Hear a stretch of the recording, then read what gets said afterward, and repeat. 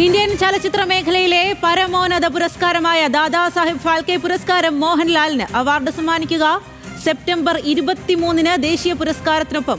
വിവരങ്ങളുമായി രുചീഷ് വി രവീന്ദ്രനാണ് ചേരുന്നത്. ന്യൂസ് ഡെസ്കിൽ നിന്നും രുചീഷ്, മലയാളികളെ സംബന്ധിച്ച് ഏറെ അഭിമാനം. മലയാളത്തിന്റെ സ്വന്തം മോഹൻലാലിന് പരമോന്നത ബഹുമതി ലഭിച്ചിരിക്കുന്നു. ദാദാസാഹിബ് ഫാൽക്കെ പുരസ്കാരമാണ് ലഭിച്ചിരിക്കുന്നത്.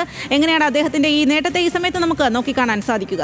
അതെ, തീർച്ചയായും ഇന്ത്യയിലെ ഏറ്റവും മികച്ച ചലച്ചിത്ര പുരസ്കാരം, ഏറ്റവും ഉന്നതമായ ചലച്ചിത്ര പുരസ്കാരം മലയാള സിനിമയിലേക്ക് ഒരിക്കൽ കൂടി വരുന്നു എന്നതാണ് ഏറ്റവും സന്തോഷകരമായ കാര്യം. അതൊരു നടൻ എന്ന തരത്തിൽ ആദ്യമായി മലയാളത്തിൽ നിന്ന് ഈ പുരസ്കാരത്തിലേക്ക് എത്തുന്ന ഒരു നടനായി മോഹൻലാൽ മാറുകയാണ്. നേരത്തെ അടൂർ ഗോപാലകൃഷ്ണന് ദാദാസാഹിബ് ഫാൽക്കെ പുരസ്കാരം ലഭിച്ചിട്ടുണ്ട്. എന്തായാലും ഈ നിമിഷം അദ്ദേഹത്തിൻ്റെ ഇത്രയും കാലത്തുള്ള അദ്ദേഹത്തിൻ്റെ ചലച്ചിത്ര രംഗത്തുള്ള പ്രകടനത്തെ വിലയിരുത്തിക്കൊണ്ട് പലപ്പോഴും നമുക്കറിയാം, ഇതിഹാസ തുല്യരായ നടീനടന്മാർക്കും സംവിധായകർക്കുമൊക്കെ ഇന്ത്യയിലെ പുരസ്കാരം ലഭിച്ചപ്പോൾ മോഹൻലാലിൻ്റെ ദേശീയ പുരസ്കാരം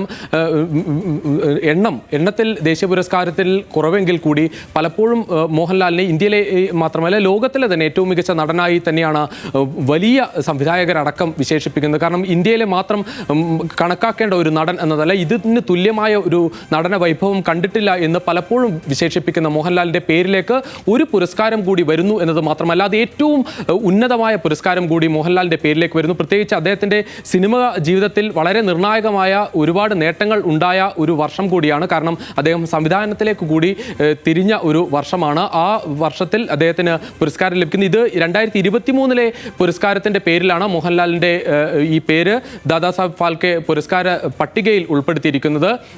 69 പുരസ്കാര ജേതാക്കളുണ്ട്. അതിൽ ഒരാളായി മോഹൻലാൽ കൂടി മാറുകയാണ്. എന്തായാലും മലയാള സിനിമയെ സംബന്ധിച്ചിടത്തോളം ഒരു നടൻ എന്ന തരത്തിൽ നമുക്കറിയാം, മലയാള സിനിമയുടെ ചരിത്രമൊക്കെ പരിശോധിക്കുമ്പോൾ മോഹൻലാൽ ചിത്രങ്ങൾക്ക് ഉള്ള മോഹൻലാൽ എന്ന ഒരു നടൻ ഉണ്ടാക്കിയ ഒരു മാറ്റം മലയാള സിനിമയുടെ അഭിനയ കാര്യത്തിൽ വളരെ നിർണായകമായ മാറ്റമാണ്. ആ മാറ്റത്തിന് കൂടി കിട്ടിയ ഒരു പുരസ്കാരം എന്ന് പറയാം. കാരണം കഴിഞ്ഞ 40-ലധികം വർഷങ്ങളായി ഈ മലയാള സിനിമാ രംഗത്തുള്ള ഒരാളാണ് മോഹൻലാൽ. അദ്ദേഹത്തിൻ്റെ അഭിനയ ജീവിതത്തിലെ വളർച്ചയറിയാം. അതിനുശേഷം അദ്ദേഹം നിർമ്മാണ രംഗത്ത് അതുകൂടി എടുത്തു പറഞ്ഞാണ് ഈ പുരസ്കാര കമ്മിറ്റി അത് വിശേഷിപ്പിക്കുന്നത്.